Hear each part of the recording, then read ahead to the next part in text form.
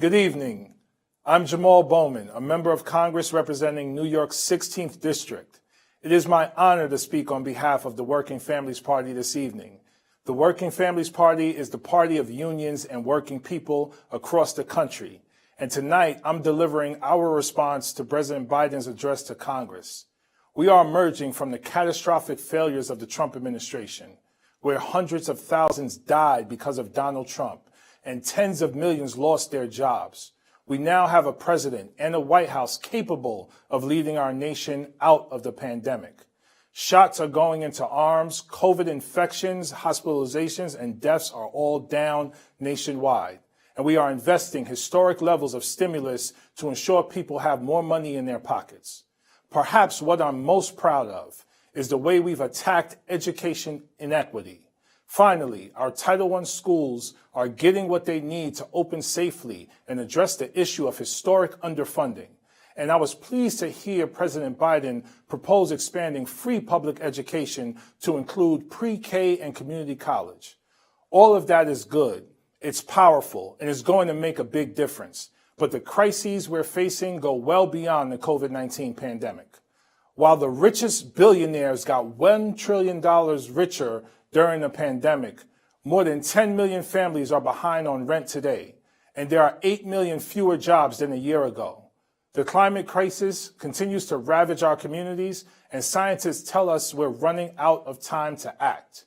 Every week, we see an unconscionable new video of police violence against black and brown men, women, and even children. And our democracy is still under attack, with Republican legislators across the country cracking down on our right to vote. We have taken steps to abate the immediate crises of COVID-19 and the economic shutdown it caused. But we, as the governing party, have to go beyond putting a Band-Aid on the virus. We need to rebuild our nation with a new foundation, a foundation rooted in love and care and equality, where justice is truly real for all of us, regardless of race, class, gender, orientation, or religion. I fully believe we can. And the moment is now, because this moment is historic. Not since 2009 has a newly elected Democratic president had the backing of Democratic majorities in the Senate and the House of Representatives. We need to seize this moment. Republicans have made themselves clear. They tried to steal the election, incited an insurrection, and they believe Derek Chauvin is innocent of murdering George Floyd. Now they're standing in the way of Congress trying to deliver relief to working people. Last month, not a single elected Republican voted to send relief checks to struggling Americans in the middle of a pandemic. So it's on us, as Democrats and progressives, to meet the gravity of the moment, and history will judge our actions. The single mom in the Bronx working 2 jobs to make ends meet, that's who I'm thinking about. I want to be able to say at the end of this congressional session that Congress has done everything we possibly could to make her life better. That's what our movement, the progressive movement, is guided by. Our movement is Latino. We are Asian. We are Black. We are white. We are a beautiful mix of ethnicities and cultures all over the globe who are demanding justice and humanity. We are a continuation of the civil rights movement. We are led by organizers and organizations like Stacey Abrams, Zakiya Ansari, Jesse Hagopian, and the Sunrise Movement. Elected leaders who have shifted the narrative like Elizabeth Warren, Bernie Sanders, AOC, Ayanna, Rashida, Ilhan, Corey, and Mandair. And we are capable of big, powerful, transformative change. It is entirely possible to meet the climate crisis with a big visionary investment in jobs that begin in our most neglected and redlined communities.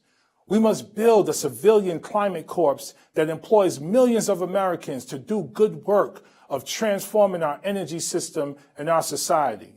We can create jobs and solve the climate crisis at the same time.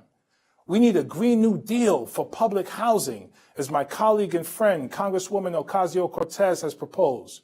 We can repair and transform run-down, neglected apartments in New York and neighborhoods all across America. We can make public housing better, more healthy, and more safe while turning every public housing development into a source of clean energy. We need a Green New Deal for cities, as my sister Cori Bush has proposed. And we need a Green New Deal for public schools. Every part of our society must become part of the answer because this crisis is urgent. We can create those new green jobs, and we must make the jobs people already have better. That's what the Thrive Act is all about, which will create 15 million green union jobs. And we have to build up labor unions too. That's why Congress must pass the PRO Act. The Protect the Right to Organize Act would do away with so-called right-to-work laws, make it easier for workers to unionize, and even let independent contractors bargain collectively. We also badly need a $15 minimum wage, not phased in 10 years from now, but today. And if we need to get rid of the filibuster to do that, that's absolutely what we must do. If this pandemic has shown us anything, it's that the American worker is the backbone of our country. It might not be a popular idea around Washington, but the rest of us know that grocery store workers, nurses, teachers, and transit workers are all more essential than anything Wall Street does. In fact, there's a whole economy of workers, mostly women and disproportionately women of color, who are doing the hard, essential work of caring for our moms and dads, looking after our kids, and healing the sick. These workers represent the care economy. Unfortunately, workers in the care economy are often underpaid, abused, or neglected by employers. They're not unionized, so there's no one there to speak up for them when they face unsafe working conditions or meager wages. The care economy is already enormous and is only going to become more important in the future. We need to invest in paid family and medical leave. We need to make childcare universal and exemplary. And we need living wages and benefits for care workers who provide the services we all need. I call it the Care for All agenda, as we must center care as the rebirth of our nation, because caring is the entire point of what our economy should do. It should be about caring for one another, not just extracting profits from working people for Wall Street. The proposals that President Biden has put forward over the last few weeks would represent important steps, but don't go as big as we truly need in order to solve the crises of jobs, climate, and care. We need to think bigger, because now is the time to address the burning crisis of structural racism in our country. Every single time I have to watch a video of a black man or a brown kid die at the hands of police violence, a little piece of me dies too. I am connected to every black man in America. Like them, my ancestors were kidnapped from Africa, robbed of their language, and stripped of their culture, religion, and God. And we continue to be redlined and killed by the police. I have one message for law enforcement. Stop killing us. I need for President Biden to say the same thing. Black people are not for target practice. We are simply trying to survive in a world stacked against us. The nation will never be truly free if we continue to incarcerate more people than anywhere else in the world.